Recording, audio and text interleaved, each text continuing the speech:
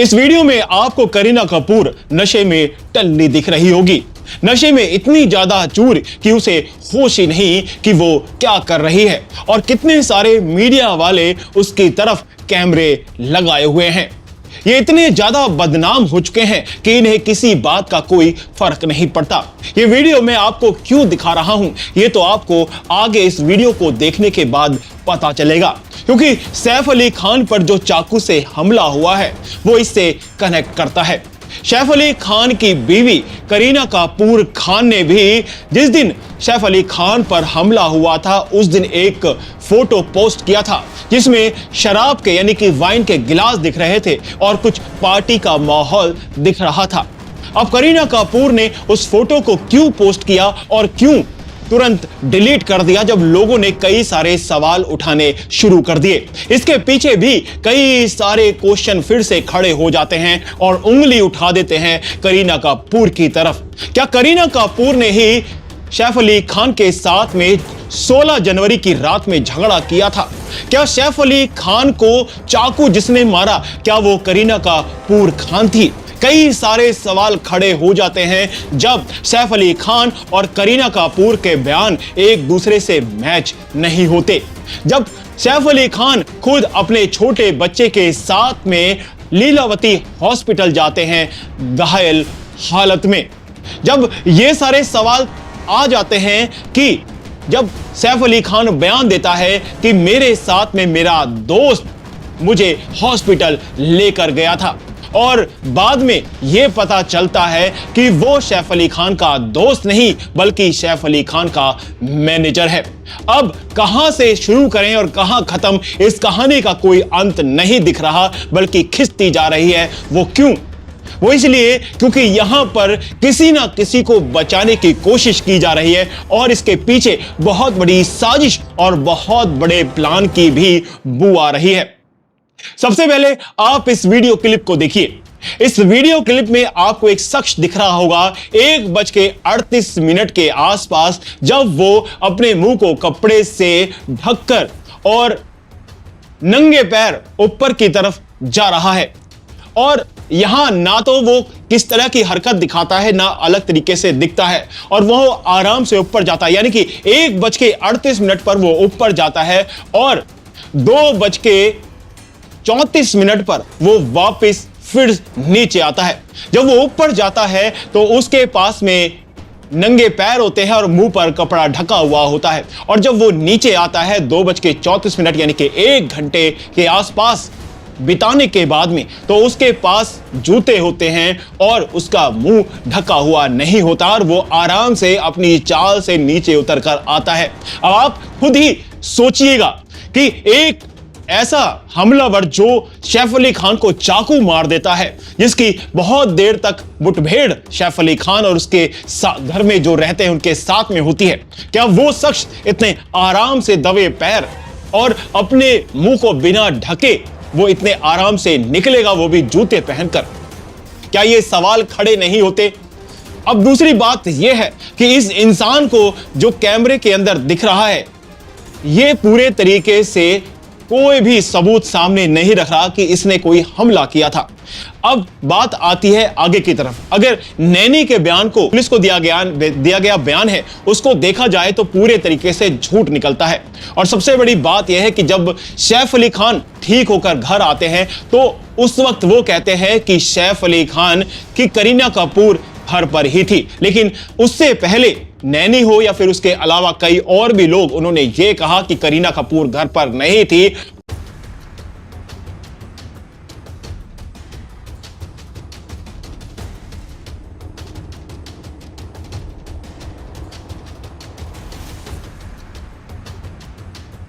कुछ फोटो भी करीना कपूर के द्वारा डाले गए थे अपने सोशल मीडिया पोस्ट पर, तो वो भी दिखा रहे थे कि करीना कपूर कहीं बाहर पार्टी कर रही थी। लेकिन जब बयान सामने आने लगे तो ये कहा गया कि करीना कपूर मेरे साथ में 11वें फ्लोर पर थी, हम बेडरूम में साथ में थे और नैनी की चिल्लाने की जब आवाज आई तो हम दोनों भागे और हमने देखा कि एक अनजान शख्स घर के अंदर बच्चों की तरफ बढ़ रहा है। तभी हमने उसको रोकने की कोशिश की, हमारी उसके साथ में मुठभेड़ हुई और उसने हमसे 1 करोड़ रुपए भी मांगा और जब ये मुठभेड़ इतना ज्यादा बढ़ गई तो जैसे तैसे करके मैंने फैमिली को बचाया और उस चोर को मैंने बंद कर दिया कमरे के अंदर। आपको बता दें कि सैफ अली खान ने हमले को लेकर बयान में जो बताया वो करीना के बयान से अलग था।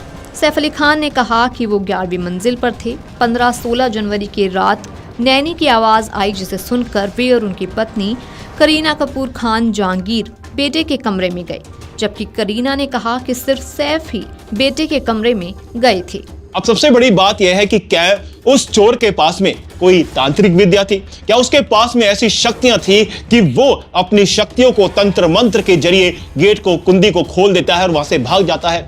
एक तरफ यह बयान आता है कि जो सैफ अली खान कहते हैं, जो मीडिया के अंदर भी सामने आया, उसमें कहा गया कि इस चोर ने बहुत ज्यादा मुठभेड़ की, लड़ाई की और कई सारे वार किए सैफ अली खान पर। उसके बाद वो अंत में धक्का देता है सैफ अली खान को और भाग जाता है। किसी का बयान कोई मैच ही नहीं होता। और सबसे बड़ी बात यहां पर सैफ अली खान पर भी उठती है, हॉस्पिटल पर भी उठती है और मुंबई की पुलिस पर भी उठ जाती है। और करीना कपूर तो पूरे तरीके से फंसी रही है। अब करीना कपूर को बचाने के लिए ये सारी साजिशें चल रही हैं, ये पूरी प्लानिंग चल रही है जो पूरी तरीके से फेल होती दिख रही है। क्या इसके पीछे प्रॉपर्टी का मसला है? क्या इसके पीछे सैफ अली खान को मारने की बहुत बड़ी वजह है? क्या सैफ अली खान को मारने के बाद किसको बड़ा फायदा होगा, यह सवाल उठ जाता है। अब सबसे बड़ी बात यह है कि अगर करीना कपूर घर पर थी तो सैफ अली खान को लेकर, जो कि बहुत बुरे तरीके से घायल था, हॉस्पिटल क्यों नहीं गई? दूसरी तरफ सैफ अली खान का दोस्त, जिसको अब कहा गया कि वो साथ में गया था सैफ अली खान के साथ में और सैफ अली खान ने ये बयान दिया है, लेकिन इन सभी का झूठ तो तभी सामने आ जाता है जब ये कहा गया ऑटो वाले के द्वारा कि मैं 2:30 से 3 बजे के बीच का टाइम होगा और मैंने 10 मिनट के अंदर सैफ अली खान को हॉस्पिटल पहुंचा दिया। लेकिन जब मेडिकल रिपोर्ट सामने आती है उसमें 4:11 एडमिट का टाइम दिखाया गया, यानी कि यहां से झूठ पता लग जाता है। और हॉस्पिटल के डॉक्टरों ने भी ये नहीं कहा कि एक शख्स उनके साथ में आया था और जिसने सैफ अली खान को यहां पर भर्ती कराया और उसने अपने साइन किए। वहां पर डॉक्टरों के द्वारा यही कहना था, जिनमें उन्होंने ये कहा कि फर्स्ट आवर में मैंने सैफ अली खान को देखा, उसके साथ में एक उनका बच्चा था, यानी कि जो उसके दोस्त की बात आ रही है वो तो बीच में था ही नहीं।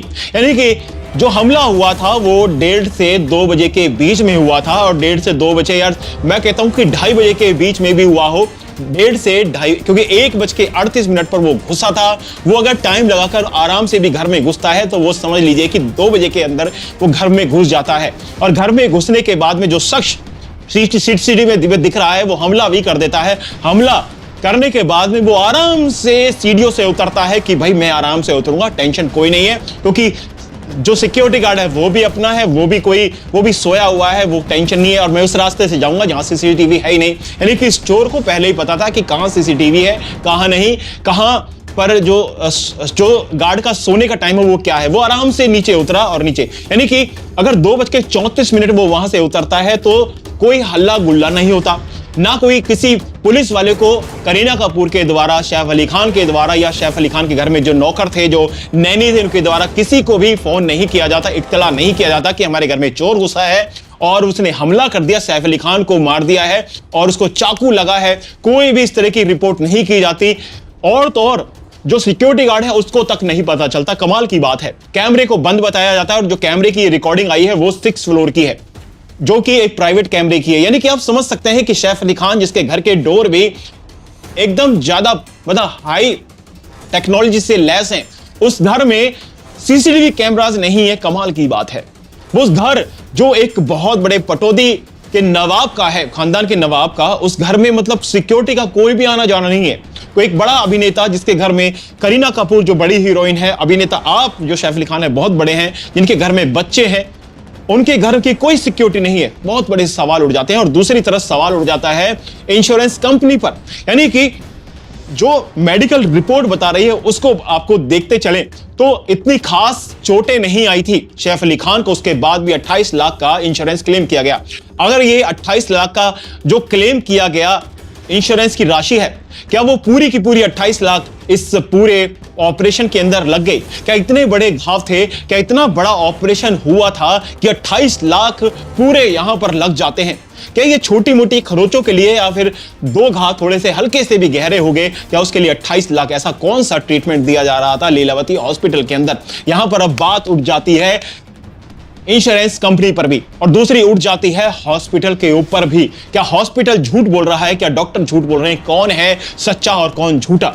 यहां पर करीना कपूर को बचाने की कोशिश की जा रही है और सबसे बड़ी बात यह है कि अगर 2:30 बजे से पहले ही सैफ अली खान को चाकू लग चुका था तो 4:11 पर वो हॉस्पिटल क्यों पहुंचे? इतना लंबे समय का टाइम क्यों लिया गया? बीच में इतना बड़ा गैप आ जाता है 1.5 घंटे का, तो वो इतने बड़े गैप में क्या कर रहे थे? क्या वो आराम से चाय पानी पी रहे थे? क्या उन्होंने किसी को कॉल किया कि भाई मेरे को चोट लग गई है, आ जाओ जी मेरे दोस्त, मुझे लेके चलो, गाड़ी मत लेके आना क्योंकि हमें ऑटो से चलना है? क्या ये पूरी प्लानिंग थी?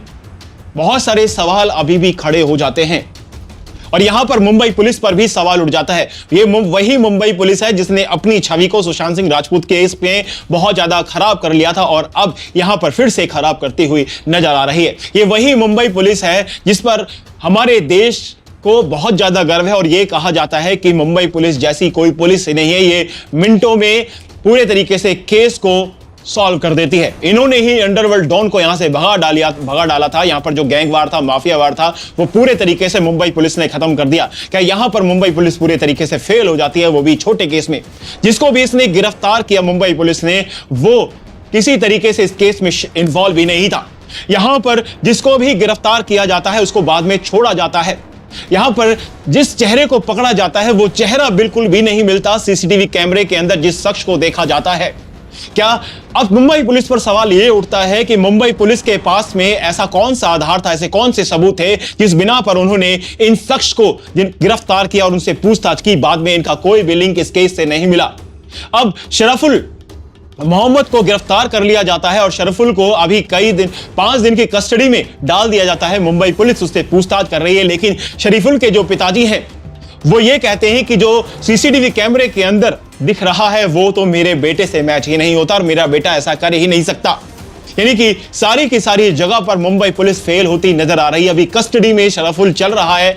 अब एक तरफ कहा जाता है, क्या ये झूठे बयान है, कि ये बात आती है कि किस तरीके से वो सीढ़ियों के रास्ते घुसा और डक्ट के रास्ते से होते हुए सैफ अली खान के बाथरूम में वो एंटर हुआ। क्या बाथरूम का दरवाजा खुला हुआ था?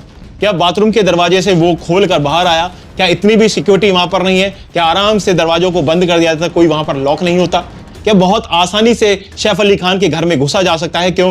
क्योंकि सैफ अली खान एक बहुत बड़े नेता और उनकी बिल्डिंग में और भी लोग रहते होंगे। वो पूरे हाई टेक्नोलॉजी के साथ में, सेफ्टी के साथ में रहते हैं और एक बेपरवाह यहां पर करीना कपूर और सैफ अली खान अपने घर में रहते हैं। बड़ी बहुत सारे सवालों को यहां पर खुद ही खड़े कर देते हैं। अब सभी चीजें सामने आ रही हैं और कई सारी चीजों को आपको दिखाने के बाद साफ पता लगता है कि यहां पर कोई बहुत बड़ा झोल है। क्या आपको लगता है कि करीना कपूर ने उस दिन घर में बहुत ज्यादा दारू पी ली थी, वो नशे में टल्ली हो गई थी माल फूंककर, और उसके बाद ने कोई दोनों के बीच में, सैफ अली खान या करीना कपूर के बीच में कोई झगड़ा हुआ था? क्या आपको लगा कि नशे की हालत में करीना कपूर ने ही सैफ अली खान को घायल कर दिया? क्या आपको लगता है कि करीना कपूर ने ही चाकू मार दिया होगा? कई सारे सवाल जो हैं, कई सारे इशारे करीना कपूर की तरफ ही इशारे करते हैं। ये कई सारे सवाल खड़े हो जाते हैं जो आपके और हमारे जहन में आ रहे हैं, और तो और पुलिस के जहन में भी आ रहे हैं और यहां पर लोगों के जहन में भी आ रहे हैं। क्या अब क्या सच्चाई है, क्या नहीं, ये खुलने का नाम नहीं ले रही। लेकिन अब धीरे धीरे जैसे ही ये केस आगे बढ़ता जा रहा है, कई सारी चीजें अब उसके यानी कि सैफ अली खान के पटौदी खानदान के बीच में ही जो है रुक कर खुद रह जाती हैं। यानी कि यहां पर कोई ना कोई तो है जो पटौदी खानदान के बीच में ऐसे लोग हैं जो सैफ अली खान को मारना चाहते हैं, जिनको बहुत बड़ा फायदा सैफ अली खान के मरने के बाद में हो सकता है। या हो सकता है कि सैफ अली खान इसमें खुद ही इन्वॉल्व हो। एक बहुत बड़ा अमाउंट पाने के लिए कोई भी इंश्योरेंस की राशि हो सकती है, कोई भी ऐसी चीज हो सकती है जिससे इन सभी को फायदा हो। कोई ना कोई ऐसी बात है जो तमाम सवालों को खड़ा करती है। फिलहाल तो इस वीडियो में इतना ही। क्या आपको भी लगता है करीना कपूर ऐसा कर सकती है? क्या आपको लगता है, क्योंकि कुछ वीडियो सामने भी आई थी, इन वीडियो से भी पता लगता है कि ये वीडियोस जो दिखाती हैं कि यहां पर एक ऐसा घाव लग जाता है, 2-3 घाव ऐसे लग जाते हैं जो बहुत ज्यादा गहरे होते हैं और उसके बाद सैफ अली खान बहुत आराम से चलते हुए आते हैं। लेकिन यहां पर देखिए कि करीना कपूर जो बहुत आराम से आगे निकल जाती है, उसको कोई परवाह नहीं होती कि मेरे पति को चाकू लगा है, वो कैसी हालत में होंगे, गंभीर उनकी हालत थी, मैं उनके साथ में चलूं। यहां पर करीना कपूर आती है, अपने फिंगरप्रिंट से लॉक खोलती है और अंदर चली जाती है और आराम से मस्ती और टोर मारते हुए, स्टाइल मारते हुए सैफ अली खान पीछे से आते हैं। यानी कि जब घर से वो बाहर निकलती है तब भी यही हाल होती है कि कोई परवाह नहीं है करीना कपूर को सैफ अली खान की, वो पहले ही आगे आगे जाती है और सैफ अली खान बेचारे पीछे से आ रहे होते हैं।